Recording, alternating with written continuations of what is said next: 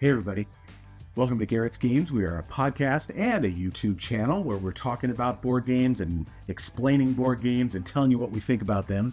This is a newer channel here, so we've had a long-running podcast over at garrettsgames.com, but we've got this video series now that we're doing, and we hope that you're enjoying it. So remember, thumbs up and sponsor us. Make sure that you subscribe down in the show notes there. All right, so what's on the agenda today? Well, today we have a game that, and here's the thing, we have been in this hobby for a while. Long time. How many years? I don't know. We've been doing our weekly podcast since 2006. All right. Yeah, so long that's time. 19 years as of the end of this month. And we've been in before that as well, of course. So since the early aughts, definitely is when we really got into board games. And what has happened recently, of course, and has been happening over time, is there's been an explosion of board game publishers. And so I didn't even know about Weird Giraffe until we went to BGG Con, and I saw their name on the list of vendors, and I was like, oh, well, let's go see what they've got. And we didn't really get a chance at BGG Con to stop by and say hi, but I sent them a note and they said, hey, yeah, check out a couple of our games. And Big Easy Busking. This is a area majority game. Mm-hmm. I was like, oh, it's got music. We like music. Yeah. Okay. You can go back and look at some of the other things we publish here on the channel, and you can see that we like music as well. Big Easy Busking is for 1 to 5 players, plays in about 45 minutes, and has an 8+ rating on the box. It is a really cool area majority game that uses the theme, I think, well. And so let's spend a little bit of time looking at Big Easy Busking. So with Big Easy Busking, we are, of course, in New Orleans. We are a band, all right, that is playing out on the streets, trying to get the crowd to give us some money because we are energizing the crowd with various types of songs. We have everything from, we're going to try and play love songs. We've got songs, I forget what that one is. That one is the chill songs. You got, and of course, there's one with, where is the token? Party beads, which of course, there we are. The party beads, which is, of course, a party song. And so crowds like and then there's some wild. The fleur-de-lis, of course, which is a symbol for kind of French New Orleans. That is the wild. We have songs that we can draft from, standards that we can use, and each player doesn't get to actually own these. And then, of course, we have 3 cards that are in our hand. And so a turn is actually threefold. The last thing that you do on a turn, except of course the first turn because you haven't been able to do anything before that, the last thing that you're going to do on a turn is start to play a song, right? So you look at what the crowd wants and you're going to see what you are trying to achieve, because at the end of the round, the person who has the most influence, area majority, they've gotten the most energy out there in the crowd, is going to get $2, okay, or $4 or $3.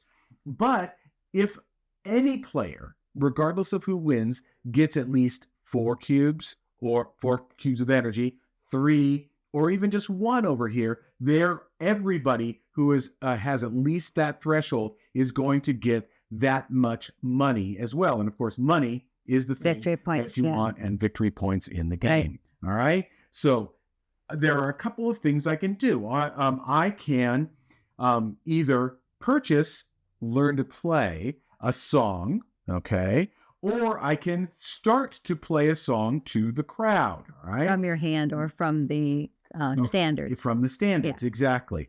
So in this case, maybe I wanted to learn to play a song at the very start of the game. To do that, it costs me 1 energy from each of my 3, my saxophone player, my drummer, and my trumpet player. So those 3 cubes of energy would go into my reserve, okay? And then I would draft one of these cards. Maybe I want to get one of these wilds so that on a subsequent turn, I could play to any of the things, okay? But instead of that, I actually want to play a song. So I could, for example, play this chill song right here, all right? And it matches the symbol, and I would have to play, just like the cost, one from my saxophone player, one from my drummer, and one from my trumpet player, and now I've started to play that song. We're giving our energy to the crowd, okay? I could, instead of doing that, possibly, I could maybe over here play a love song.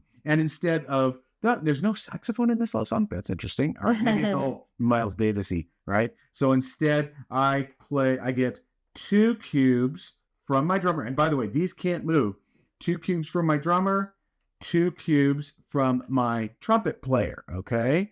Why don't you leave it there, and then we'll go into my turn or something like so that. now that's my turn, and now Shell's going to do a turn. So I'm going to start with a standard, probably. Yeah, I think I'll take a standard because those are really awesome. And I think I'm going to do this one because this one looks good. This one says that I earn $1 for every crowd that has your energy token. Maybe I don't want to start with that Maybe one. not the best one to start with. I think I think this one's probably a good one for you to start with. That's a good one. And notice she could play them on these. Yeah, it doesn't have to match the symbol. It doesn't have to match. If you do match, there's a benefit. So big time benefit. Say she wants to do it over here. Okay. So she's got I'm going to take 2 saxophones. 2 saxophone. And 1 drummer. And I'm going to put them on there. But notice that I have this thing that says I have to play an extra one. So I have to put an extra cube from wherever I decide. So I'm just going to take it from my trumpet. She could also, to cover this, play $1 too. But I don't have much money, so I'm going to keep that. Yeah. All right. Now, that's what you do as the third action on your turn, okay? Third action on your turn. All right. So now it's my turn. And the first thing that I have to do is if I have started a song on the previous round, I have to finish that song, resolve the card, basically. Right. Okay. So because my heart matches what they wanted, I actually have a choice. I can put all of the tokens on there. Getting $1. Getting $1 because of that match. They're like, dang, you deserve a tip. You get a tip. So I get that there. Or I can say I have to put at least 1. And then I can choose to take as many as I want, but I could take all 3 of these. But maybe I'm looking at, I got to have 3. So maybe I leave 3, and then I've covered my own, take this 1 back, and depending upon the cards and stuff I have in my hand, I'm like, oh, okay, this one, now I can put this energy on any of my 3 different musicians. So but you can't move it, so I want to think. So say I know I've got other songs to play, and my trumpeter is going to be featured quite a bit in that, so I want to put it there, all right? So that's the resolution. Next thing that I can do is I can spend $1 per energy that I have in my reserve to tip my different musicians and then put these out. So say I'm like, man, my drummer needs some energy. So that would be 2 there. And I know my trumpet player, I could spend 3 energy to put all of my extra cubes on there wherever I wanted them. And notice that it's now the same as before. And then third thing you get to do, play a tune or buy a tune, right? Or pass. You don't want to do that because then you don't get to play for the rest of the round. Oh, yeah, no. There's not time to pass yet. So say I'm here, I'm going to come in here, and I've got 2 for my drummer, I've got 1 from my trumpeter, and I'm going to put 1 in from my saxophonist, and now that's the end of your turn. That's the end of my turn. And then I'll resolve mine, and because I did not match the symbol, all of my pieces must go on. And she doesn't get any money. And I don't get paid, so that's sad. But this turns over, becomes a 2, but I do get to do what the bottom says. What does the bottom say for me too? So on a subsequent turn, whoever takes this now is going to have to pay 2 extra. But she's got a nice thing here. I get to pay only $1 to put out 3 energies. So she pays. So I pay $1 instead, and I look at my cards and go, I think I need to get something. My drummer wants another one for sure, and I'm going to put another one on the horn. And another one. I'm going to put another one on the drummer. Okay. So she's been able to distribute and use the power of the cards that are in the standards. Now, the beginning game, they say put 1 of these out and 2 of the just regular cards. Don't bother. We think that we think that you can put all 3 of these out so that gives you some interesting variability and changes that as we go forward. So it's just back and forth. But I've only done part of my action, right? So then I would have to play another card, Right. And now maybe this time I want to This get one comes into, out and yep, goes that one's into my gone. discard And pile. I want to get into this area too. And I do have the matching ability to do that. I need 1 saxophone, 1 drummer, and 2 horns.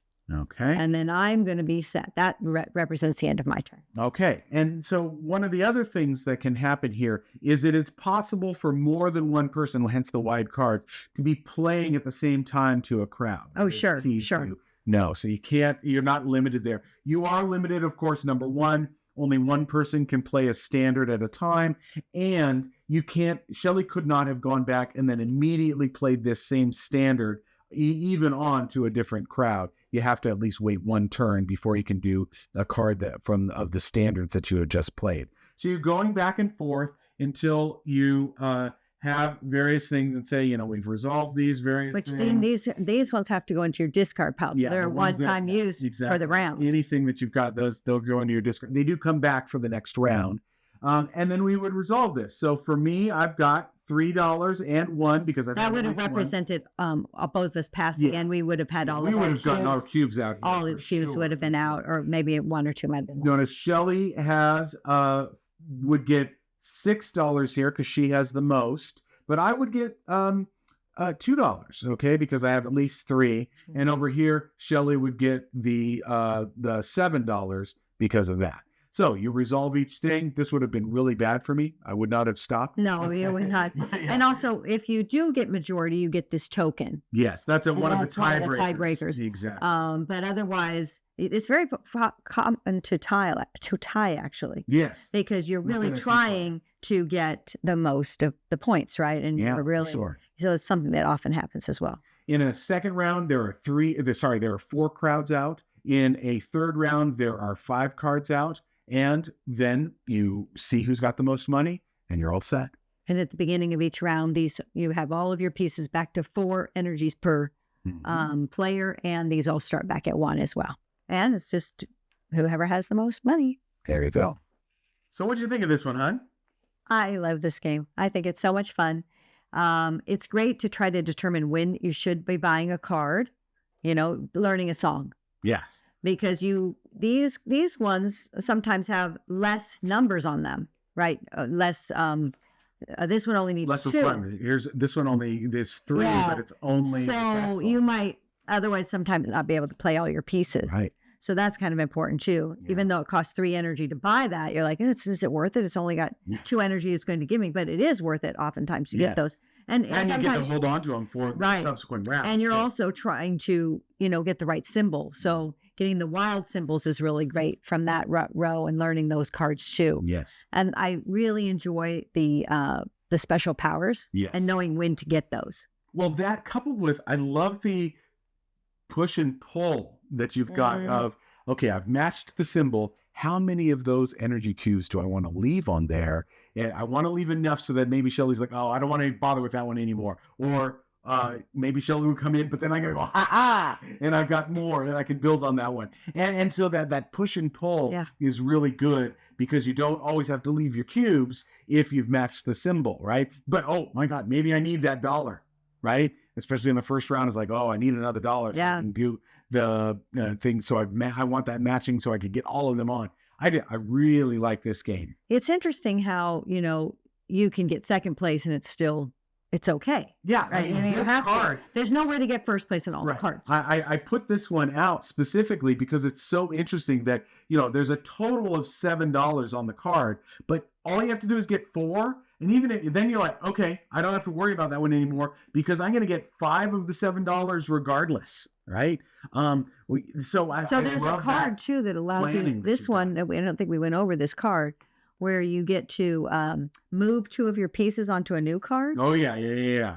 There's a lot of cool different powers that they have. This one says that you may move 2 of your energies to a different card. So you leave some there, but you can move 2 of them to somewhere else. You've built up that can help with your area majorities too. So just trying to think about matching the symbols to get the $1, but also matching the symbols so you can be in control of what gets placed down there. That's true.